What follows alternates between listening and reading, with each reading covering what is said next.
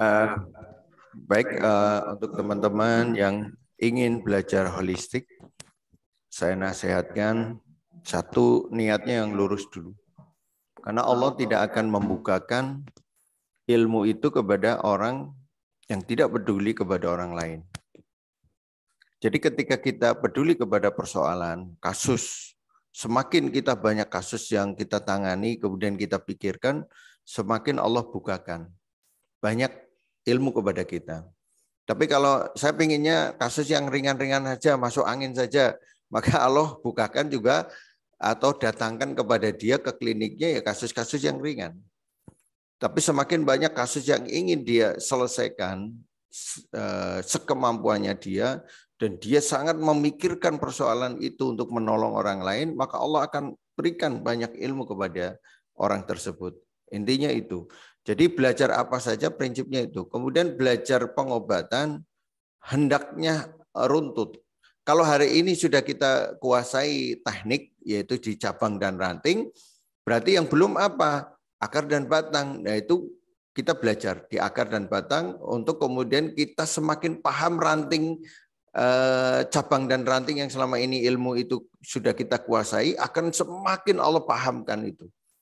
Nah, ketika kita sudah belajar di akar dan batang, kemudian belum belajar ke ranting, kita belajar ke ranting karena itu adalah langkah terakhir ketika sudah kita diagnosa harus diapain.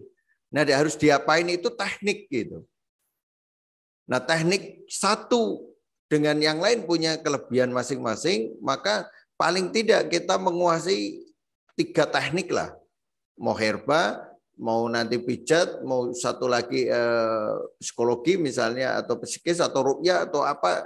Pokoknya 3 ini. Jadi dari pola makan atau herba itu, kemudian teknik terapi, kemudian teknik untuk psikologinya atau untuk psikisnya.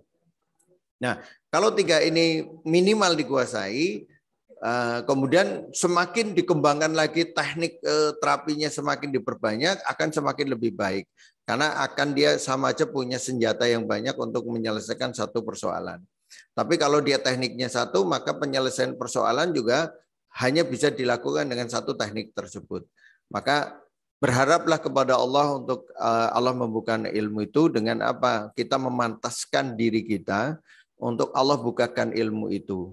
Maka kalau kita memantaskan diri kita, insya Allah tidak ada kata sulit, mudah, dan harus istiqomah dalam belajar dan tekun. Karena banyak juga murid-murid saya yang tekun sekali belajarnya, enggak belajar terus nggak mudeng-mudeng, Allah kasih mudengnya itu sesudah 8 tahun, 7 tahun. Tapi begitu dia sudah mudeng, dia melesatnya luar biasa. Karena ya maunya Allah begitu. Nah, ini yang harus kita pahami dan harus kita sadari. Jangan kemudian kita melihat orang lain, yang penting kita belajar, belajar, dan belajar dengan niat yang baik. Nanti ketika waktunya Allah akan beri pemahaman kepada kita. Gitu. Dan tetap kita berbaik sangka kepada Allah, sehingga Allah akan tetap memandang kita menjadi hamba yang baik. Insya Allah demikian. Assalamualaikum warahmatullahi wabarakatuh.